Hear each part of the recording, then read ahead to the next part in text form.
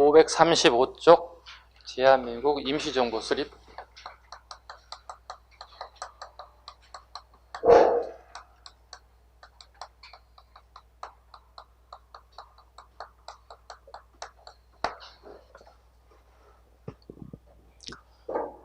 자, 3.1운동 이후에 우리 정부가 3개가 만들어진다고 방금 말씀드렸죠. 첫 번째, 연해주 가겠습니다. 대한국민의회. 1919년 3월 달에. 여기 대통령이 손병이에요. 대통령 손병이. 그 다음에 국무총리의 이승만. 그 다음에 상하이 4월 달에. 상하이에도 임시정부 하나 만들어집니다. 네. 여기 국무총리 여기 또 이승만이에요. 네. 국무총리 이승만. 그 다음에 한성정부 가볼까요? 한성정부. 또 이승만은 한성정부에도 참여를 하게 됩니다. 네. 이승만은 한성정부에도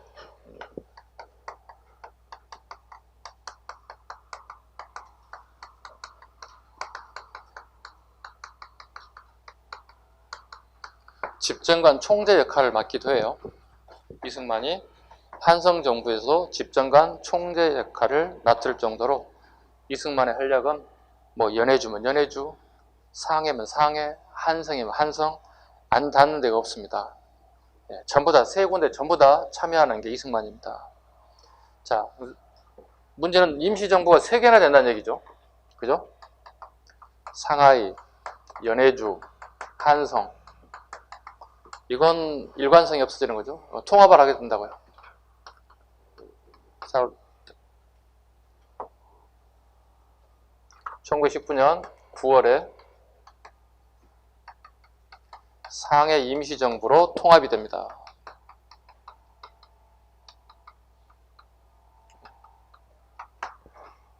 통합이 되었다. 9월달 밑줄 그으시면 됩니다. 이때 이제 물어보는 게 이제 대통령하고 국무총리가 누구지 끊임없이 물어보죠. 대통령이 누구예요?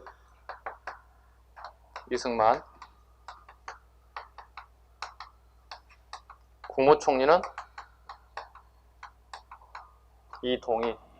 끊임없이 물어볼 거고요. 또 물어보는 게 또 있죠. 우리 본격적인 이제 48년 8월에 정부 수립이 되죠.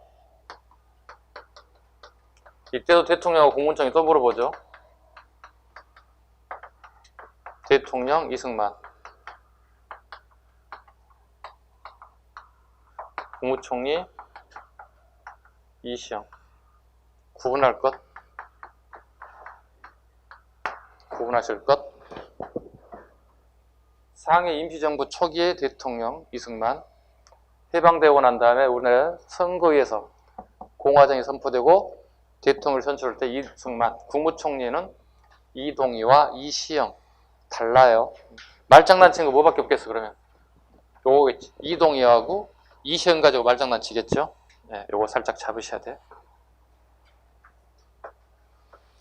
그 다음에 3번 대한민국 임시정부 최초의 공화제다. 최초의 공화제입니다. 우리나라에. 네, 최초의 공화제다. 공화정을 최초로 주장한 단체는 또 알아야 되겠지. 어디에요? 신민회. 최초 정부를 또 물어본다면 상해 임시정부.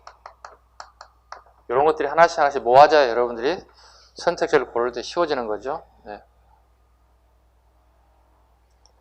특징 가겠습니다. 상권 분립입니다. 상권 분립에 따라 원칙에 따라서 만들어졌다. 상권 분립이 들어가기 때문에 보통 우리가 공화정의 가장 기초가 잡혔다 이렇게 얘기하는 거죠. 그 다음에요. 끝에 줄 보겠습니다. 직할 조직으로 민단이 설치됐고 이승만은 미국에서 예교활동과 독립운동 자금을 모금하였다. 네. 이게 이제 이승만의 이제 문제점이죠. 아무래도 이승만이 이제 미국에서 공부를 했고 미국 가서도 박사학위도 받고 아무래도 이제 미국 통이라고 봐야 되겠죠. 그러다 보니 이승만이 미국에 가서 주로 예교활동, 군자금 모집, 이런 것들이 이제 훗날 이제 문제가 되는 것들입니다. 활동 내용 가겠습니다. 연통제, 밑줄, 비밀 행정조직이고요. 교통국, 통신기관이고요.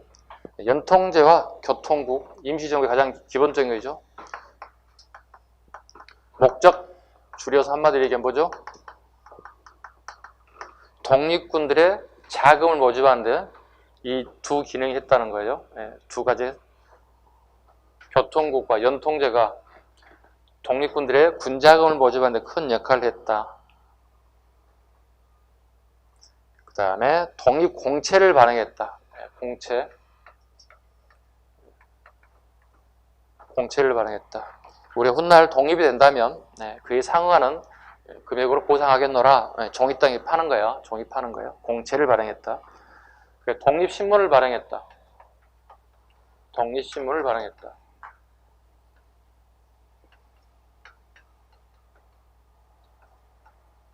처음에 신문은 독립이라는 글자 한자로 처음 나왔습니다. 처음 발행할 때는 한자로 되어 있는 독립이라는 글자가 나왔고요. 여기 한 20회 정도 지나고 난 다음에 독립신문이라고 해서 한글로 발행이 됐어요. 이거 7급하는 사람들 꼭 잡으셔야 돼요. 7급 법원직 뭐 이러하신 분들이요. 일반 행정직은 그냥 그러겠다고 정도만 지나가셔도 상관없어요. 처음에 독립이라는 두 글자 한자로 시작했다가 20회 발행 이상 22회쯤 됐을 때 한글로 독립신문이라는 명칭이 이렇게 바뀌기 시작하고요. 여기 이강수가 여기에 신문사의 가장 핵심적인 자리로 앉게 되었다. 이강수 같은 사람들 보시면 되겠습니다. 그런데 이게 일주일에 3회 정도가 기준이었어요. 원칙이었어요. 일주일에 3번 정도 신문을 발행하겠다 이런 기준이었어요. 근데 이제 1925년쯤 되면 한 달에 한 번 정도 만족했죠. 근데 25년 이후부터는 결과적으로는 자금난으로 중단됐다 보시면 돼요. 뭐 일제에서 뭐 중단된 게 아니고 엄청난 돈이 들어가잖아요. 인쇄하게 된다. 그죠? 이런 부분들 때문에 중단됐다 정도까지 됐죠. 그 다음에 사료 편찬소. 그것도 하나 밑줄 그어야 될 것 같은데요. 사료 편찬소. 우리 역사에 대한 부분을 놓칠 수가 없잖아요. 일제강점기에 우리 역사를 기록하는 사료 편찬소가 만들어졌다. 김규식을 전권대사로 임명하여 파리 강화에 독립청원서를 제출했다. 김규식 밑줄 그으시고 파리 강화에 밑줄 그으시고. 자, 공부를 좀 저를 뿐만이 아니라 앞전 선생님이나 누구로부터 또는 공부를 할 때 알아야 할 내용 중에 하나가 디테일 중에 하나가 이거 놓치시면 안 되는 게 하나 이겁니다. 지금 이제 김규식입니다. 김규식을 파리에 보냈잖아요. 그죠? 네, 전권대사를 보냈어요. 이거 몇 월 달에 보냈어요? 앞 시간에서 1교시 때 했어. 몇 월 달? 2월 달에 보냈다고. 파리 강화에 전권대사로 가서 파견했다고. 2월 달이라고. 다시 봐봐. 대한민국 임시정부가 수립된 건 언제죠? 1919년 9월이지.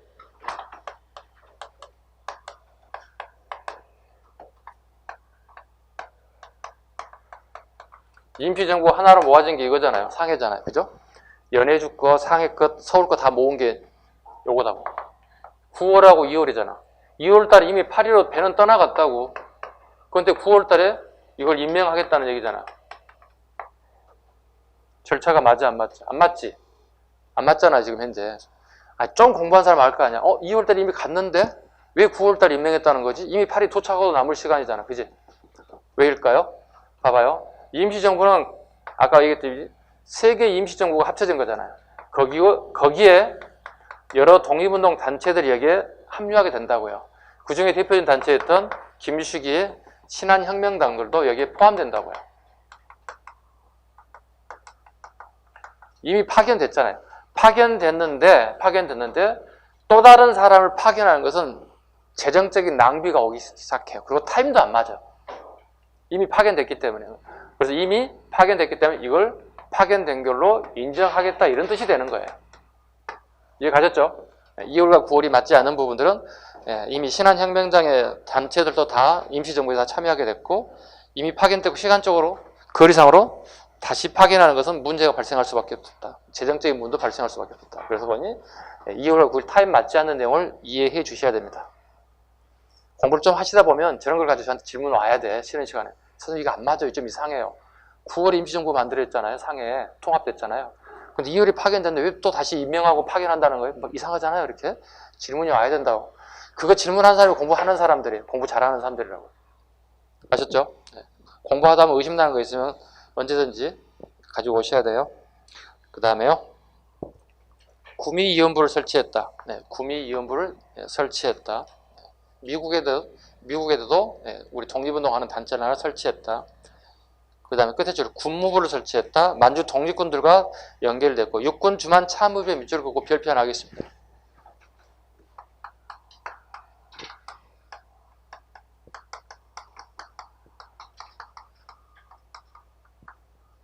육군 주만 참의부란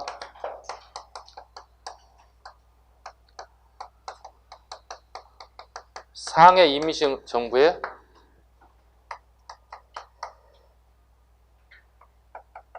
주력부대예요. 육군 주력부대입니다.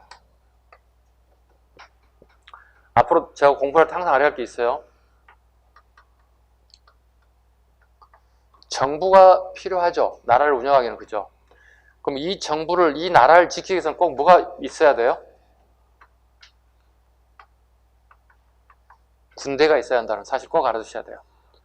정부가 있고 정부에는 당이 있죠.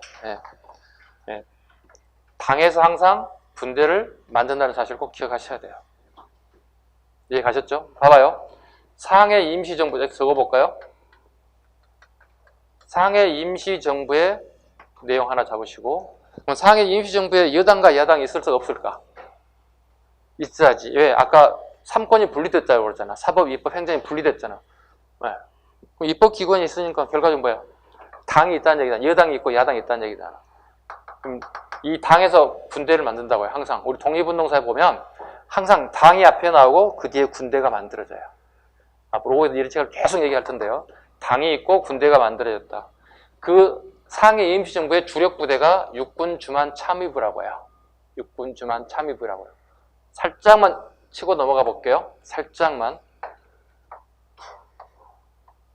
이렇게 봐볼게요.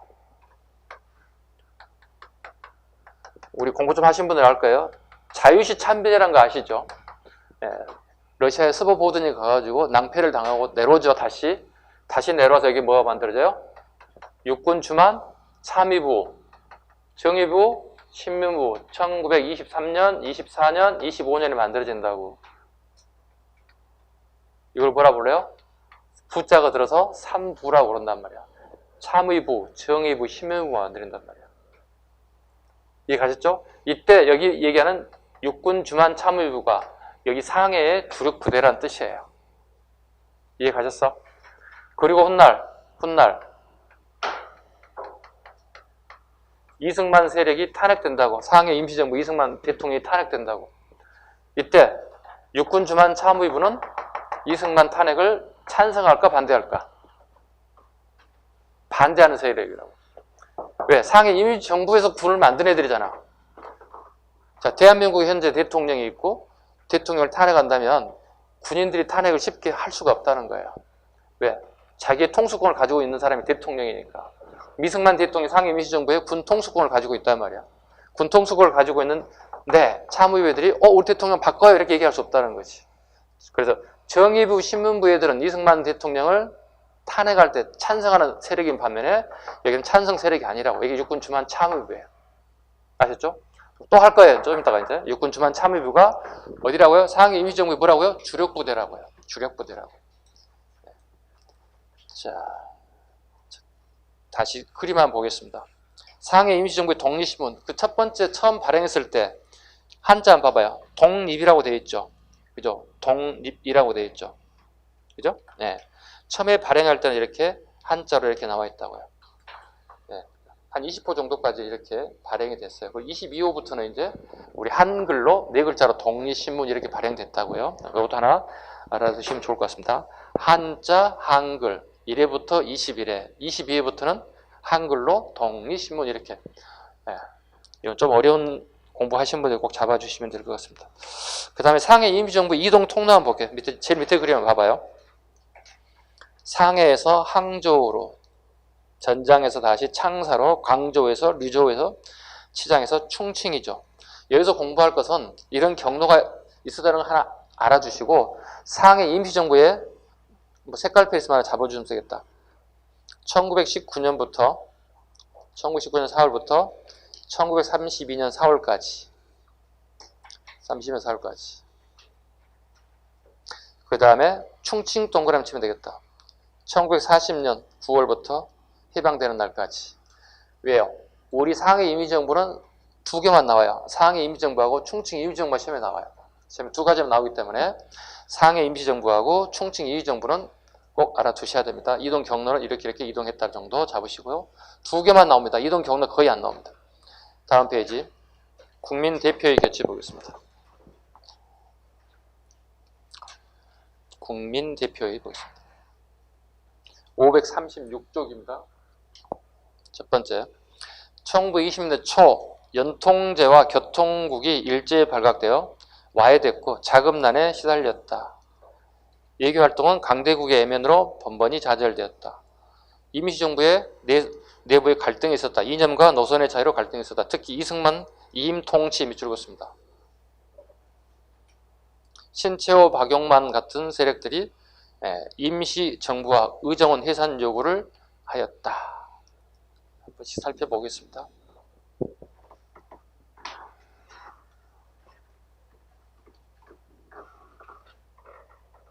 (536쪽)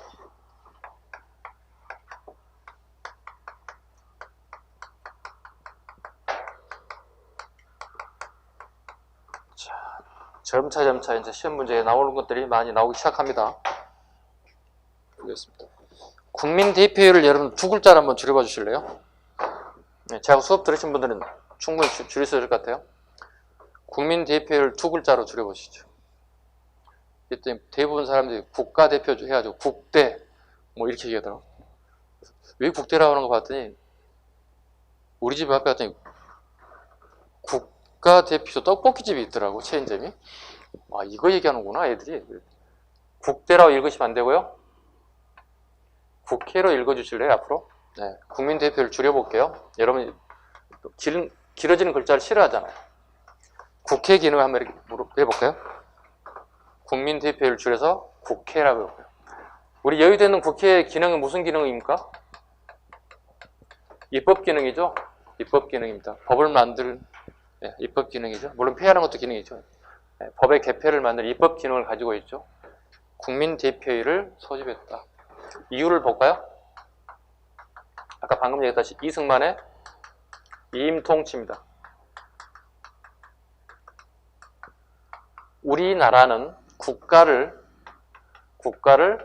운영해 본 경험이 없다는 거야. 그러니 이임통치를 통해서, 이임통치란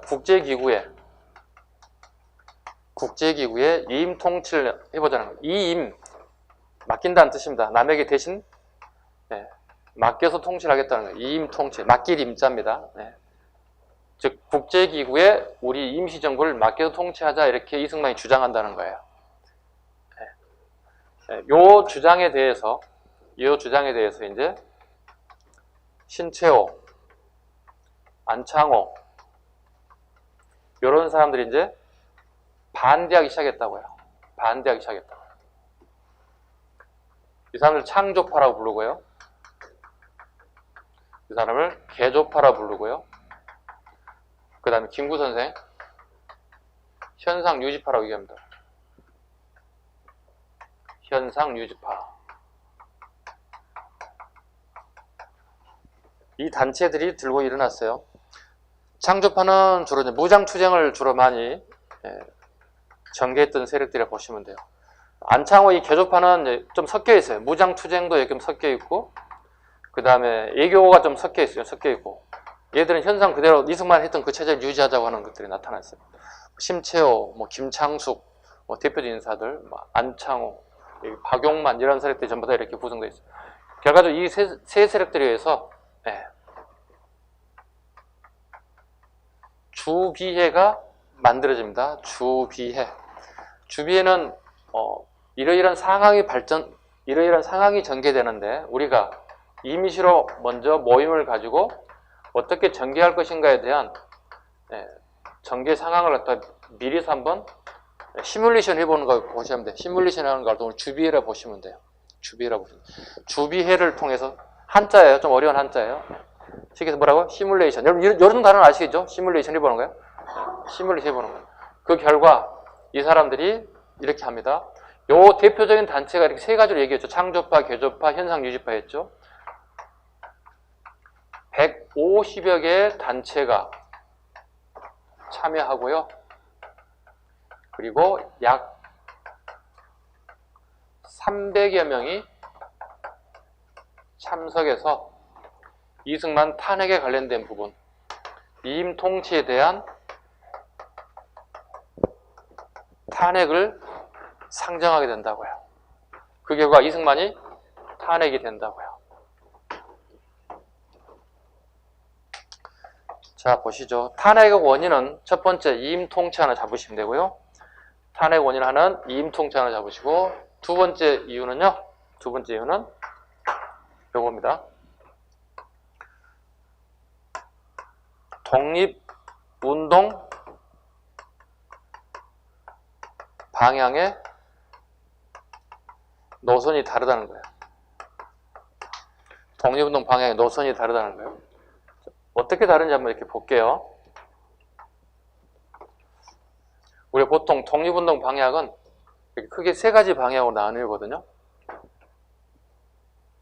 여기를 서간도, 여기를 북간도, 여기를 연해주 이렇게 세 가지로 나누죠. 또 다르게 표현도 합니다. 서간도를 남만주, 같은 말로요. 북만주 이렇게 표현도 해요. 독립운동사 공부하면. 다 같은 말로 잡으시면 되고요. 자, 1, 2, 3 세 개가 있죠. 이 세 개의 지역에 있었던 이 단체들은 무장투쟁이에요. 일본인들에게 우리가 말로 해서 될 일이 아니라는 얘기죠. 말로 했으면 벌써 했다는 거지. 이미 해결됐다는 얘기지. 일본인들에게 총칼로 짓밟으면 우리가 말로 될 수 있는 상황이 아니라는 거예요. 그래서 우리가 할 수 있는 것은 무장투쟁밖에 없다는 거예요. 대신에 여기 상해에 있는 임시정부 이 사람들의 운동 방향 아까 방금 얘기했다시피 예교적 노력을 통해서 독립을 쟁취하겠다는 마인드를 가지고 있어요. 근본적으로 이거 4번이라면 1, 2, 3과 4번은 생각이 같아요? 달라요? 완전히 상반되는 거죠. 그럼 당연히 노선의 문제가 갈등이 일어날 수밖에 없는 거예요. 결과적으로 이임 통치를 통해서 불거졌던 문제들이 이 문제까지 같이 겹치게 되면서 이승만이 탄핵이 됐다는 뜻입니다. 자, 아까 상해 이윤희적 주력부대가 어디 있다고 그랬죠? 여기 있었죠. 그 주력부대 이름이 뭐예요?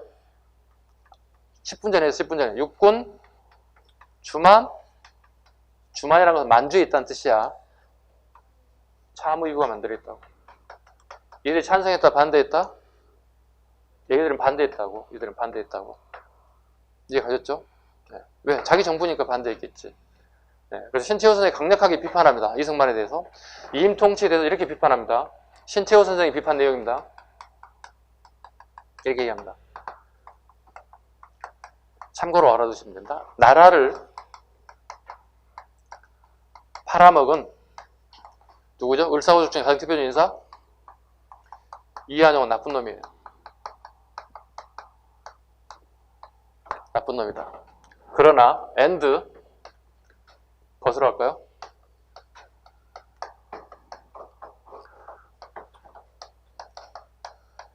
없는 나라를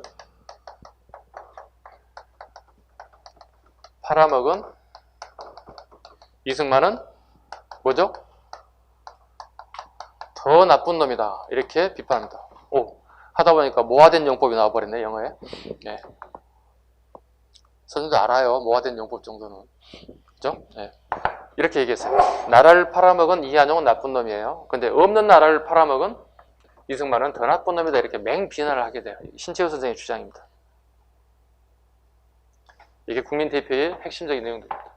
이게 처음에 너무 잘 나와요. 의외로 잘 나옵니다.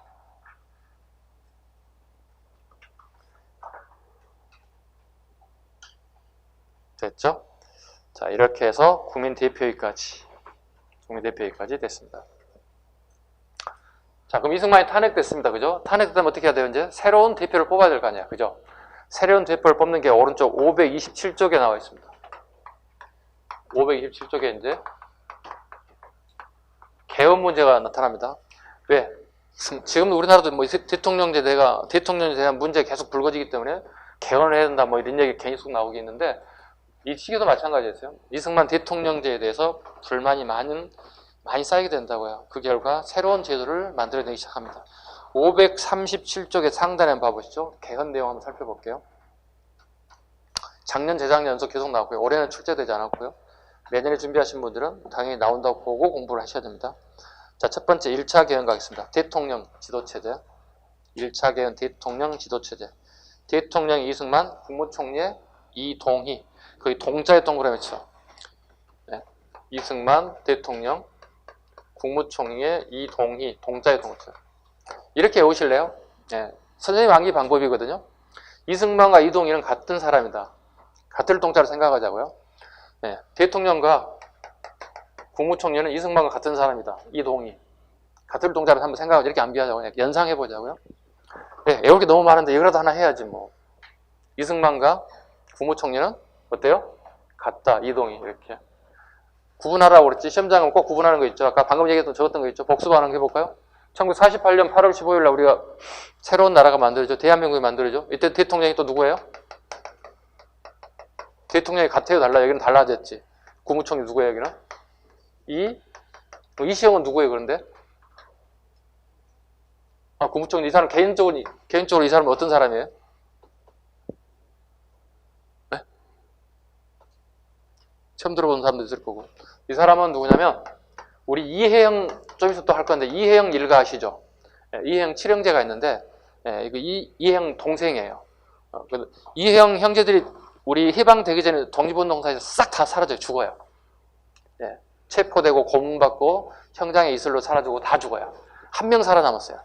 그 중에 한 사람인 이시영이 훗날 우리 대한민국 정부에 이 자리에 앉게 됐다 보시면 돼요. 그 인물입니다. 이혜영 일가의 대표적인 인사 한 사람 딱 살아남은 사람. 자, 다시 갑니다. 537쪽이에요. 537쪽 가보겠습니다. 국민대표회 1923년에 이승만 탄핵 그리고 박은식이 2대 임시대통령으로 들어옵니다. 박은식 밑줄 볼까요? 박은식이 2대 대통령으로 들어옵니다. 임시대통령입니다. 자, 김구의 노력에 의해서 왜냐면 이승만 떠나갔잖아요. 떠나갔기 때문에 김구밖에 남아있는 게 없죠. 김구 같은 사람의 노력을 통해서 국무령 중심의 집단 지도체제로 개헌이 이루어졌다. 2차 개헌 갑니다. 1925년 연도도 외워야 되고요. 국무령 중심의 내각 책임 지도체제가 이게 김구입니다. 김구 중심의 국무령 중심으로 갔다. 이게 25년. 3차 개헌 갑니다. 1927년. 3차 개헌은 연도를 꼭 알아두셔서 꼭 나오는 게 이거 있습니다. 3차 개헌. 다음 3차 개헌이 이루어졌던 시기의 역사 사실과 가장 동일한 시대에 사실 옳은 거 이렇게 물어본다고. 1927년 역사 사건을 하나 알아두셔야 한다는 얘기가 되는 거고요. 3차 개헌 봐보시죠. 3차 개헌 내용 갑니다. 국무위원 중심의 밑줄 긋습니다. 국무위원 중심의 집단체죠. 국무위원회 밑줄 그시고 요즘 말로 바꾸면 장관이 있죠. 무슨 장관들 있죠. 장관 중심의 집단 지도체제로 바뀌었다는 뜻이에요. 장관 중심 지도체제로 바뀌었다. 이게 1927년의 3차 개헌입니다. 장관. 27년의 역사 사건 하나 잡아내야 되겠죠, 우리가. 그죠? 가장 대표적인 사건이 뭐 있어요? 신간회가 결성됩니다. 1927년에 신간회가 결성됩니다. 좌우 유일당 운동입니다. 좌우 유일당 운동이 좌와 우 성향의 인사들이 하나로 뭉친 걸 우리는 신간회가 결성됐다 이렇게 표현합니다. 4차 개헌 갑니다. 4차 개헌 1940년 밑줄 보시고요. 그 좌측 예배가 적습니다. 충칭 임시정부를 적어놓을까요? 충칭에 도착했습니다. 주석과 부주석제로 충칭 임시정부를 맞이하게 됐다. 40년에 충칭 임시정부다. 그 다음에 5차 갑니다. 44년에 밑줄 긋습니다. 주석과 부주석입니다. 주석과 부주석, 김구와 김규식입니다. 주석제. 모르는 사람들 얘기합니다. 이에서 주석이란 말이 무슨 말인지 모르기 때문에 주석이란 입법, 사법, 행정 이 모든 권한을 다 가지는 걸 우리는 주석제라 불러요. 좋게 표현하면 강력한 리더십, 그죠? 나쁘게 표현하면 독재 정치지, 그지? 네. 독재 정치. 우리나라에 유일하게 주석을 하신 분이 김구 선생하고 북한의 김일성이 정치를 했을 때 주석이었죠. 네, 주석이었죠. 그의 손자 김정은이 앞으로 할 수 있는 건 뭐겠습니까? 최종 목표는 주석을 하고 싶겠죠. 그렇지 않을까요? 앞으로 향후 1, 2년 뒤에 아마 이런 뉴스가 나오지 않을까 생각합니다. 혹시 그 뉴스가 나오면 여러분 선생님한테 뭐라고 그래야 돼? 야, 자리 깔아야 되겠다. 이렇게 나오지 않을까요? 네. 아니, 당장에 내일 나오면 어떡할 거야? 내일 뉴스 보는데 주석제를 하겠다고 막 나온다든가 연말에 주석 됐다는 거 나오면 어떻게 선생님 멍석을 빨리 깔아야 되겠는데 이렇게 해야 될 거 아니에요. 네. 여기 학원 앞에다가 멍석을 한번 깔아볼까? 네. 여러분 합격을 될지 모를지 한번 봐야 될 것 같아요. 이렇게 쭉 멍석 깔고. 앞으로 갈 것 같아요. 이렇게 갈 것 같아요. 자, 안보고 한번 해볼게요. 자, 저를 한번 보세요. 복습 보세요. 볼래요? 자, 살짝 봐, 그럼. 10초만 봐. 개헌 내용 물어볼 거야. 쭉. 10초 딱 정리해, 빨리.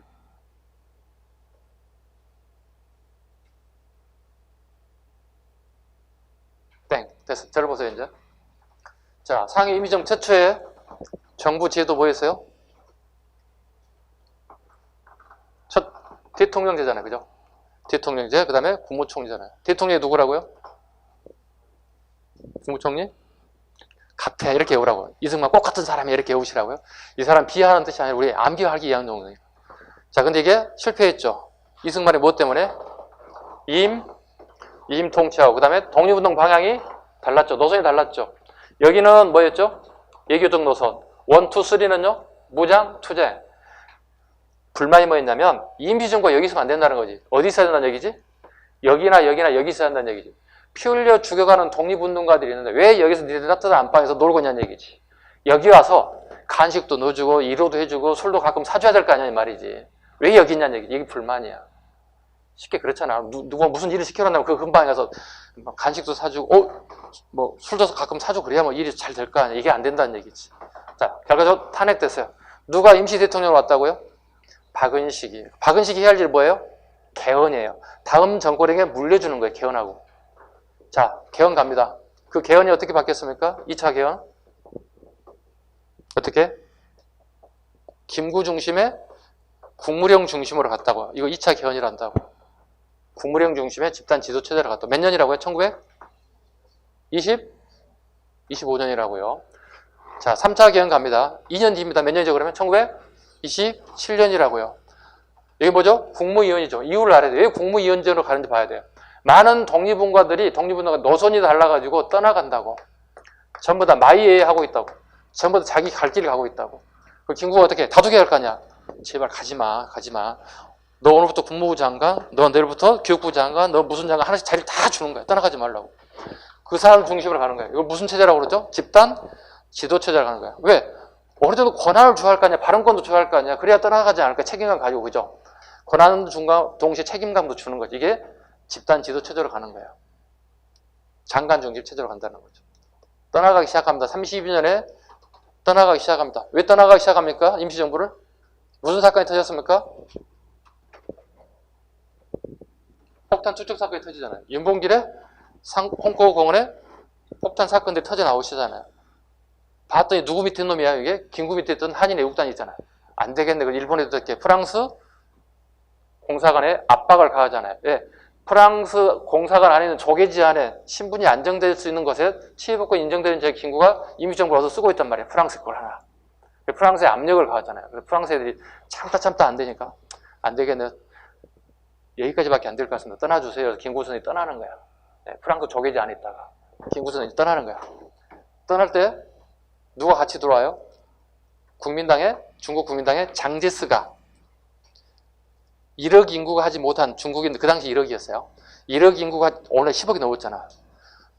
되게 분양을 많이 했어, 그죠? 예, 1억에서 10억까지 넘어갔으니까. 1억 인구가 하지 못한 일을 1000만에 해당되는 조선인이 폭탄을 던져서 일본 애들이 상해를 입혔다. 대단하다. 누군가 봤더니 윤봉길이야. 요 한이 애국단이야. 누가 만들어 봤더니 김구야. 김구가 수계야. 김구를 만나죠. 당신 나 따라다니세요.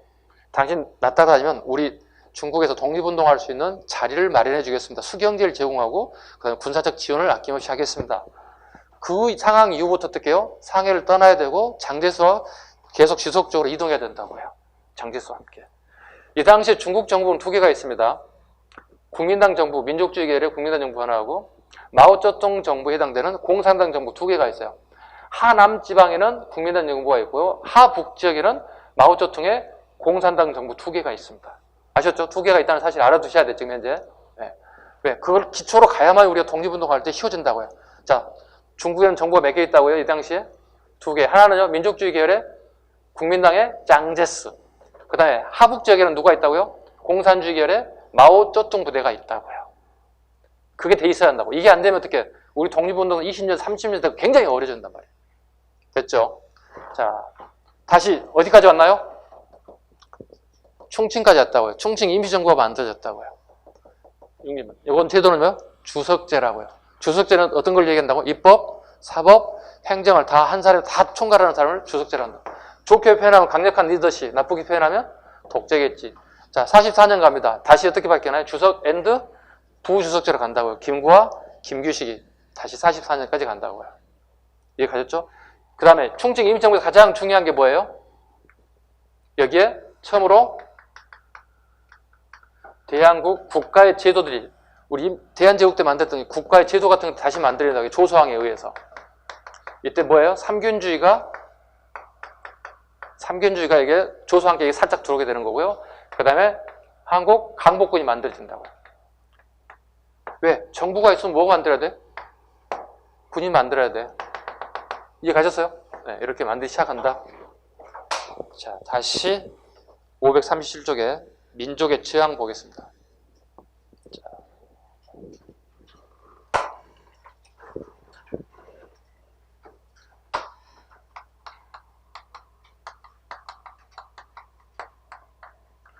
민족의 지향 한번 보겠습니다. 첫 번째, 물산 장려운동. 이건 간단해요. 네, 어려운 거 없습니다.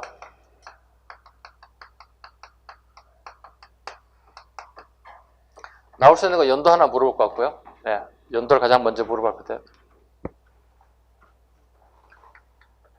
22년, 23년에 가면 주로 많이 활동했던 단체가 이제 물산 장려운동.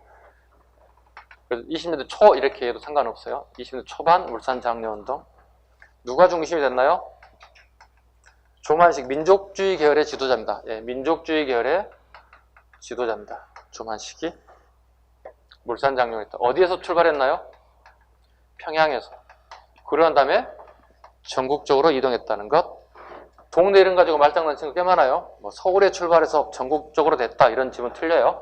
평양에 출발해서 전국화되기 시작했다. 이유가 뭘까? 원인이 뭘까? 배경이 뭘까? 원인이나 배경도 물어보겠죠. 선택 질문 끊임없이 나오겠죠. 수업자는 가끔씩 하죠. 관세 철폐 조짐이 보인다고요? 관세 철폐 조짐이 보인다고요. 복습해 볼까요? 우리가 일본으로부터 관세를 언제부터 받기 시작했어요? 강화도 조약? 아니면 조일? 통상? 장정 때부터 받기 시작한 거죠. 그죠? 받기 시작한 거죠. 그럼 조일 통상 전에 앞에 뭐가 있어야 돼? 조미, 수호, 통상, 조약이 맺어져야 되겠죠. 그죠? 몇 년? 1882년, 1883년. 어려워도 하셔야 돼요. 어려운 거 다 버리고 쉬운 것만 찾아가면 점수 안 나와요. 그죠? 어려운 거에서 합격이 당락이 결정되는 거지. 단체라든가 뭐 이런 게 나오고 선생님 어려워요. 저 포기하고 싶어요. 뭐 이러시면 안 돼요. 자, 이때 처음으로 뭐예요? 관세를 10% 미만 우리가 미국으로 받기 시작했죠. 일반품이죠. 사치품은요. 30% 미만을 받는 게 우리가 이제 처음으로 학습 효과가 여기에 나타난다고. 그죠? 학습 효과가. 우리는 바보처럼 강화도약 이후부터 70년 강화도약 이후부터 어떻게 해요? 이게 전혀 안 돼 있다고. 우리 솔직한 말로 뭐예요? 무지하다고. 국제정세, 국제법 아예 모른다고요. 그러다 보니 관세를 받아야 되는지 안 받아도 되는 건지 전혀 몰랐다는 거죠. 조일통상장정 이후부터 우리가 일본으로부터 관세를 받기 시작했다고요. 자, 항세도 받고요. 그 다음에 관세도 받기 시작했다고. 대등하게 받아요. 10%, 30% 대등하게 받아요. 그러고 난 다음에 요게 잘 됐던 것들이 20년 되니까 어떻게 관세를 철폐하겠다고 하는 운동이 일본 애들 조짐이 보인다고. 소무지라는 게 금방 가잖아요. 심리, 백리, 천리를 가잖아요. 조만식의 기회도 들렸다는 거지. 안 되겠네? 왜? 일본 애들이 관세와 항세를 안 낸다면 우리나라에 있는 물건과 그 다음에 일본에서 들어온 물건이 우리나라 게임이 안 되게 깨진단 말이야. 우리나라에 어떻게 상품이 완전 팔리지 않는 상황이 발생할 수 없다. 이걸 방지하기 위해서 어떻게 하는 거예요? 물산 장려 운동을 펼쳤다. 즉 우리 기업이 또는 우리 민족이 만든 것, 우리가 쓰자는 운동이에요. 우리 기업이 만든 것, 우리 민족이 만든 물건을 우리가 쓰자. 굳이 일본 걸 쓸 필요 있느냐?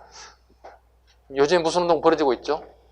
뭐 노아베, 뭐 일본 불매 운동이 벌어지는 것과 거의 흡사한 운동이 이게 물산 장려 운동입니다. 그 다음에 이 운동에 전 국민이 동참했겠죠? 이런 질문 나오면 틀려요. 네, 전 국민이 동참하지 않았습니다. 누가 반대할까요? 네, 사회주의자들은 반대합니다. 네, 사회주의자들은 반대할 수밖에 없습니다. 예요? 얘들은 이념이 다르잖아요. 얘들은 뭐예요? 집단 농장, 집단으로 농장에서 생산되는 물건을 같이 나눠먹는 일종의 공산주의 체제를 가지고 있잖아요.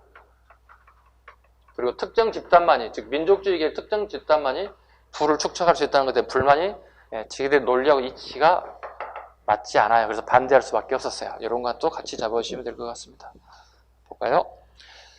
자, 보겠습니다. 하나씩 보겠습니다. 빠진 것 보겠습니다. 물산 장려운동 배경 하나 보겠습니다. 첫 번째, 사회 진화론 입장에서 민족의 실력을 기한다. 그 사회 진화론 밀조하는 거 봐요. 좀 어려운 단어가 들어가 있네요. 사회 진화론.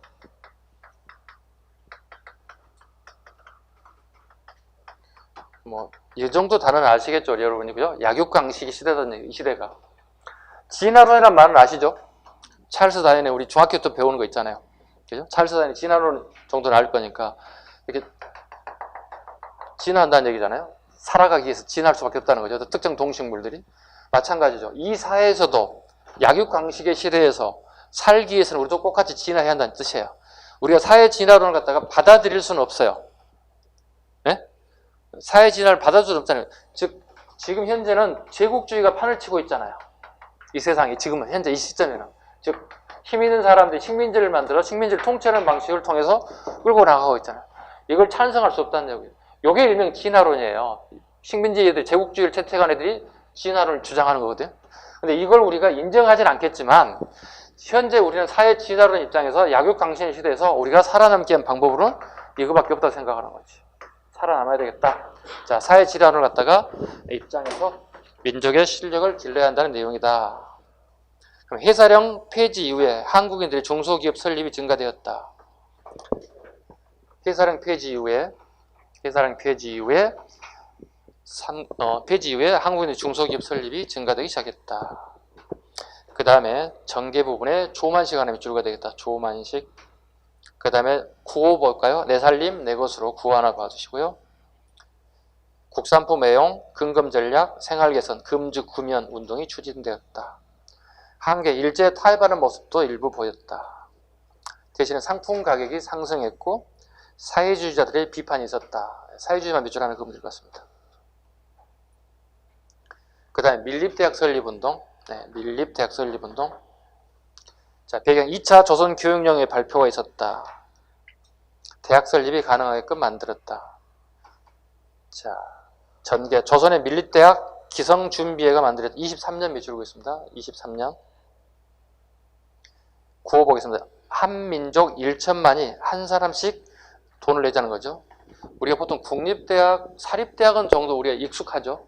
대신에 밀립대학은 익숙하지 않죠. 네, 우리 국민이 직접 성금을 모아서 대학을 만들자. 일본 애들이 반대하기 때문에 만들자. 이게 밀립대학 설립운동입니다. 근데 결과적으로 뭐죠? 총독부가 개입을 하죠. 네. 그래서 밀립대학은 결과적으로 설치할 수가 없습니다. 총독부의 개입이 있습니다. 총독부의 반대로 밀립대학은 실패할 수밖에 없다. 대신에 총독부 하나 만들어진 대학이 있죠. 요게 이제 여러분 아시는 경성 제국대학입니다. 경성 제국대학입니다. 네. 오늘날의 서울대학교의 전신이죠. 네. 오늘날 서울대학교 전신이 경성 제국대학입니다.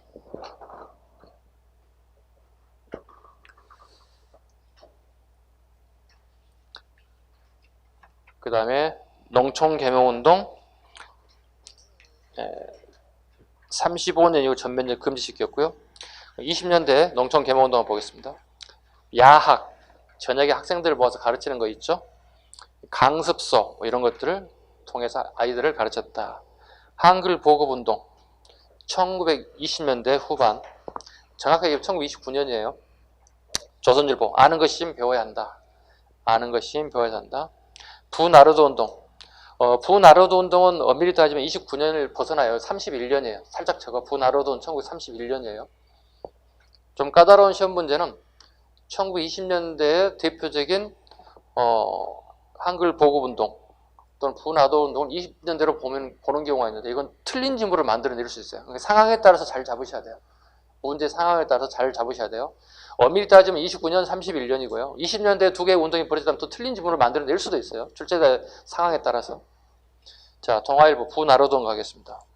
러시아 말인데요. 우리말로 번역하면 민중수호라는 뜻이죠. 민중수호라는 뜻입니다. 이게 뭐냐면 여러분이 지금 현재 고등학교를 다니고 있단 말이에요. 그 당시에. 고등학교에서 우리가 주로 할 수 있는 게 뭐냐면 인문 교양 지식을 쌓는 게 아니에요. 뭐 한국사하고 뭐 국어하고 뭐 세계사하고 이런 게 아니고요. 거의 대부분 기술 전수 교육을 받는 거예요. 본인이 받은 그 기술 교육을 여러분 고향에 낙향하셔서 그 지역민들에게 기술을 보급해달라는 뜻이에요. 쉽게 부나르도운동은 자신이 가지고 있는 기술을 낙향해서 거기에도 보급시켜 주세요. 이렇게 민중속으로 들어가세요. 이게 부나르도운동이에요. 여기 살짝 적습니다. 대표적인 소설 하나 적습니다. 시문의 상록수 적습니다. 시문의 상록수. 주인공들이 농업 전문학교를 다니고 그 기술을 배워서 자기 고향에 내려가서 기술 전파를 하고 그 다음에 그 지역의 어린아이들에게 글을 깨우치게 하는 운동을 펼치는 거죠. 이게 상록수의 핵심 내용들입니다. 먼저 남자가 연애하던 남자가 먼저 내려가요. 남자 주인공이 내려가 열심히 하는데 질병이 걸려서 그 일을 마무리지 못하자 그 소식을 듣기서 알았던 그 여자친구가 다시 그 남자친구의 일을 바톤을 물려봐서 이걸 완수해가는 과정들이 핵심 내용이 상록수 내용들이에요. 지금 보면 굉장히 심플해요. 단순해요. 근데 그 당시에는 되게 그 당시에는 평을 보면 지고지순했다. 뭐 굉장히 감동적이었다. 이런 소설을 이렇게 평이 나와요. 지금 여러분이 보면은 에이 뭐야 재미가 없네 이렇게 얘기하겠지만 그 시기에는 꽤 제법 인기 있는 소설을 새기기도 했다. 부나르도 운동을 대표하는 책 중에 하나였다. 그 다음에 문맹퇴치운동. 조선의 학회, 한글 교재, 조선의 강습회 등을 통해서 퇴치운동을 펼쳤다. 그 다음에 사회주의 사상이 유입되기 시작했다. 60만 세 운동, 신간에 요건 좀 타이밍이 쉬어가야 할 타이밍 같은데 요거 하게 되면 못 쉴 것 같은데 조금 쉬었다가 사회주의 운동 전체를 하나로 더 묶어보겠습니다.